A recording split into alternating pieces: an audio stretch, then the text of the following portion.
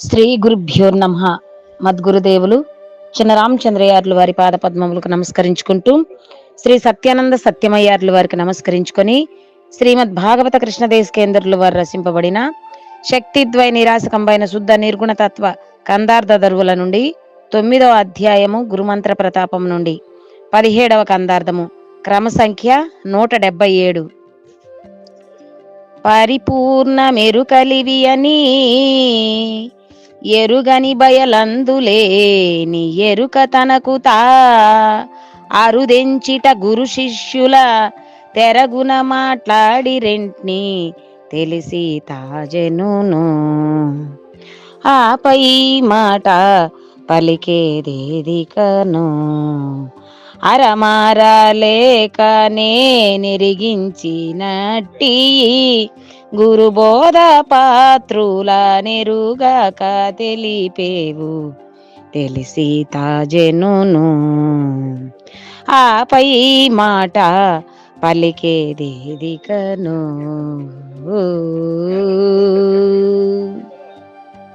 శ్రీ గురుభ్యో నమః. ఆత్మానాత్మరహితం అచల పూర్ణోపదేశికం శ్రీ నిశ్చలానంద నారాయణ గురోర్శిష్యం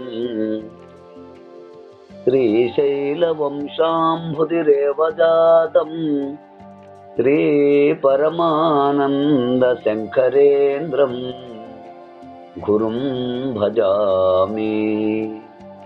మద్గురుదేవులు శ్రీ శ్రీ పరమానంద శంకర నారాయణ స్వామి వారి పాదపద్మములకు నమస్కరించుకుంటూ,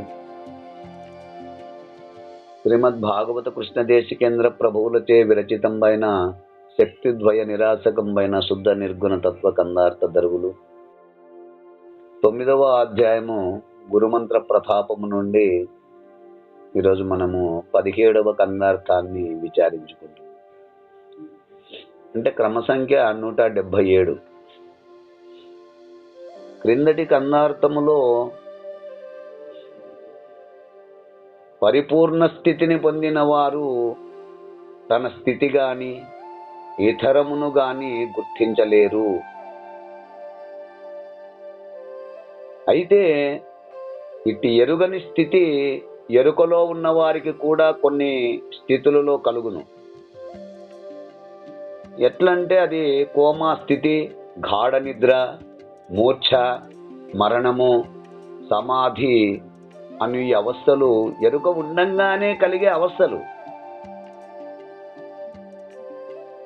ఇందులో తనను గాని ఇతరమును గాని ఎరిగే లక్షణము లేదు.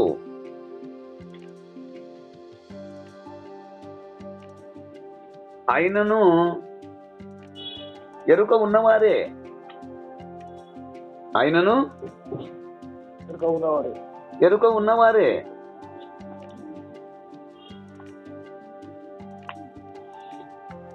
ఎరుక యొక్క ప్రకాశము శరీరంపై పడకపోవుటచే ఎరుగుట లేదు కానీ,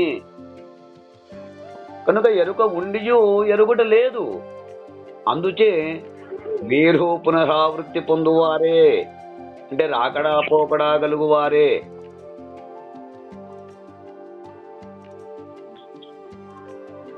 వీరే గురుమూలిక పొంది, వీరే గురు మేల్క పొంది ఎరుకను రహితపరుచుకొనినచో తిరిగి పుట్టరు అంటూ మనము క్రిందటి కందార్థములో విచారించుకున్నాము. ఇక తదుపరి కందార్థము 9వ అధ్యాయము గురుమంత్ర ప్రతాపములో 17వ కందార్థము క్రమ సంఖ్య 177 గురుకృప. ఈ గురుబోధ ఎవరికి పడితే వారికి చెప్పవద్దనియు,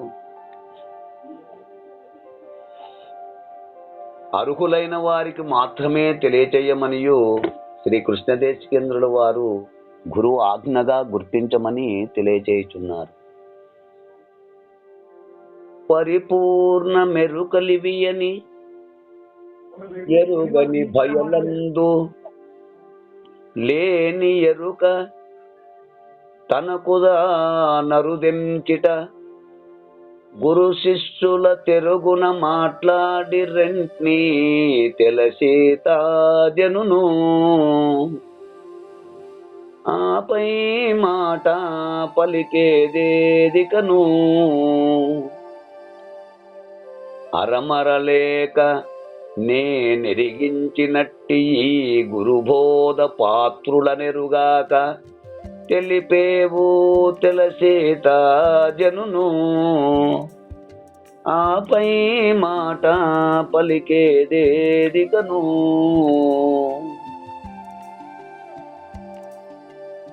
శిష్య, సద్గురుదేవ, ఎరుక పరిపూర్ణం గురించి వివరంగా విశదీకరించండి నాయన. పరిపూర్ణ మెరుకలివి అని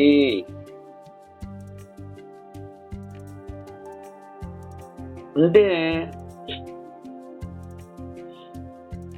ఇది పరిపూర్ణము, ఇది ఎరుక అని. ఎరుగని బయలందు అంటే రెంటిని గుర్తించని పరిపూర్ణమునందు.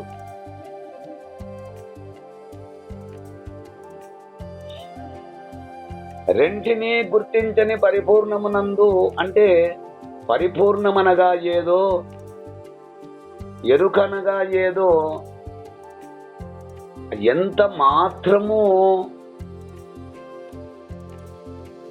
తెలియని పరిపూర్ణ పరబ్రహ్మములో, ఎంత మాత్రము తెలియని పరిపూర్ణ పరబ్రహ్మములో, తెలియని పరిపూర్ణ పరబ్రహ్మములో లేని ఎరుక, దాని యందు లేకతోచిన గుర్తు. ఎక్కడ లేకతోస్తుంది?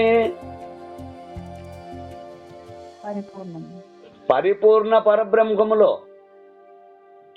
ఏది తోస్తుంది? లేని ఎరుక. లేని ఎరుక దాని యందు లేకతోచు గుర్తు. తనకు తాను అరుదెంచి అంటే తనకు తానుగానే తోచబడి, అంటే స్వతఃసిద్ధమైన అచల పరిపూర్ణమునందు మూలము గాని స్థానము గాని లేకని లేని ఎరుక తనకు తానే ఏర్పడి ఇటు ఈ సందర్భములో గురు శిష్యుల తెరుగున మాట్లాడి అంటే గురు శిష్యుల బోధనా పద్ధతిగా చర్చించుకొని,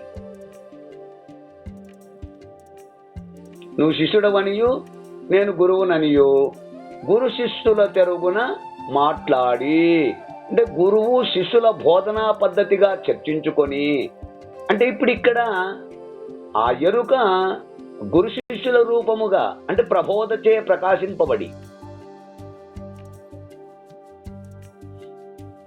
రెంట్ని తెలిసి, ఏ రెంట్ని తెలిసి?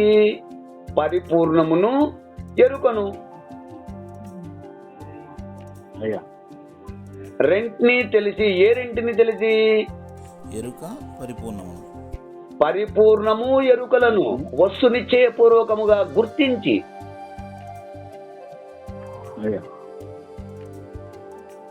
అంటే పరిపూర్ణము ఎరుకల గురించి చక్కగా విమర్శించి తెలుసుకొని తా జనును ఇక గుర్తించిన తాను లేకుండా పోవును. అంటే ఆ తర్వాత ఎరుక లేకుండా పోవును. ఇక ఎరుక లేకుండా పోయిన తర్వాత ఆపై మాట పలికేదేదికను, ఆ పైన ఉన్న పరిపూర్ణమును గుర్తించడానికి ఎవరు లేరు, ఉండరు. ఎవరు లేరు, ఉండరు.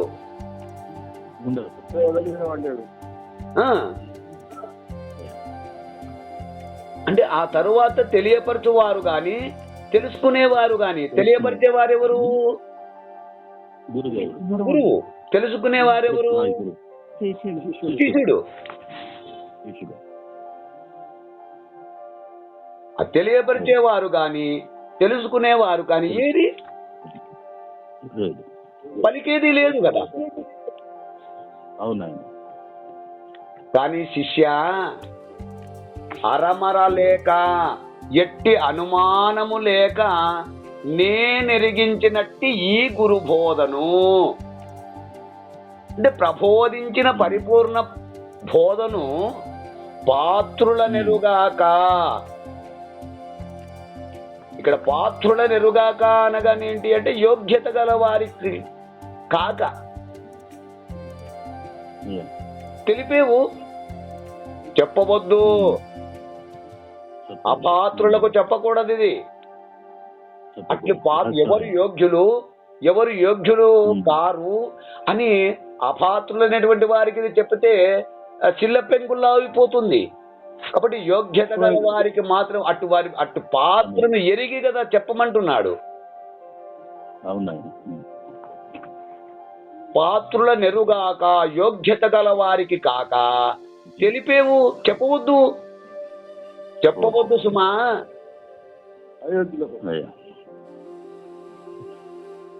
అంటే ఇంతటి గొప్ప బోధను, ఆ బోధ తెలుసుకునే అర్హత ఉన్నదో లేదో తెలుసుకో. ఆ తెలుసుకోవాలనుకునే వారిని పరీక్షించకుండగా మర్మం ఎంత మాత్రము లేకుండగా చెప్పెదవు సుమా. నేను ఎందుకు ఇంత గట్టిగా చెప్తున్నాను అంటున్నాడు ఆయన. ఇంత గొప్ప బోధ తెలుసుకునే అర్హత ఉన్నదో లేదో తెలుసుకోవాలనుకునే వారిని పరీక్షించకుండగా మర్మం ఎంత మాత్రము లేకుండగా చెప్పేదవేమో.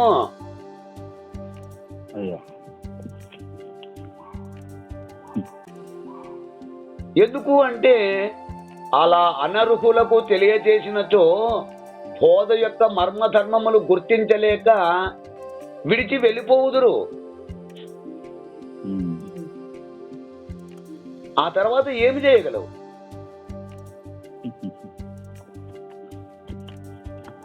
వానిని ఏమంటే ఏముంది కనుక జాగ్రత్త సుమా అని మెలకువ చెప్తున్నారు కృష్ణ ప్రభువులు. ఎరుక పరిపూర్ణములో లేనిదే కలవలే లేక ఏర్పడినది. ఇది 2 రూపములు, జ్ఞాన అజ్ఞాన రూపములు. ఈ 2ను కలిసి ఒక ఎరుకయే. అంటే జ్ఞానమనగా గురువు, అజ్ఞానమనగా శిష్యుడు. ఈ 2ను కలిసి ఒక ఎరుకయే.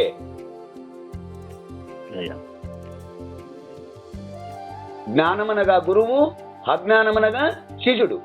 వీరు బోధ విచారణ చేయుటచే అజ్ఞానమను శిష్యుడు వదలి జ్ఞాన రూపమునకు వచ్చును.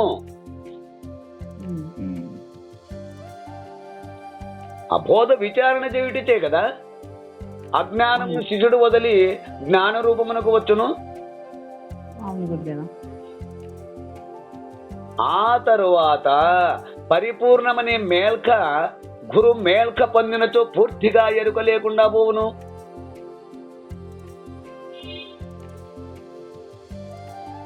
అట్టివారు మాత్రమే పునర్జన్మకు రారు. మరి ఇంత గొప్ప బోధను సంస్కారము ఉన్నదో లేదో తెలుసుకొనకుండగా ప్రతి ఒక్కరికి చెప్పకూడదని గురువాజ్ఞ.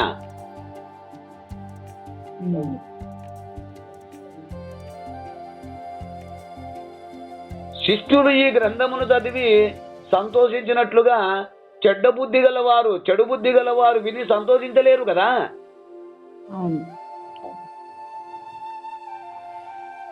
అది ఎలాగంటే ఆ పొదుగును ఆశ్రయించుకున్న పిడుదు పాలను ద్రాగక రక్తమునే ద్రాగును. అట్లే పట్టు కుచ్చెలతో తయారు చేసిన వస్త్రభూషణములు కుక్క పిల్లకి ఎందుకు?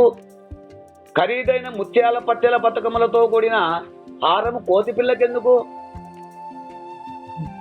అలాగే ఈ గొప్పైన గ్రంథము శ్రేష్ఠులైన వారికే గాని కుచ్చితులకు పనికిరాదు అంటూ కృష్ణదేశికేంద్రుల వారు ఈ కందార్థము ద్వారా దృఢముగా హెచ్చరించుతున్నారు. గురుదేవ, అంటూ మనము ఈ కందార్థ భావాన్ని మనము విచారించుకున్నాము. ఈ కందార్థ భావాన్ని మీరు కూడా అందుకుంటారని కోరుకుంటూ జై గురుదేవ. జై గురుదేవ. జై గురుదేవ. జై గురుదేవ.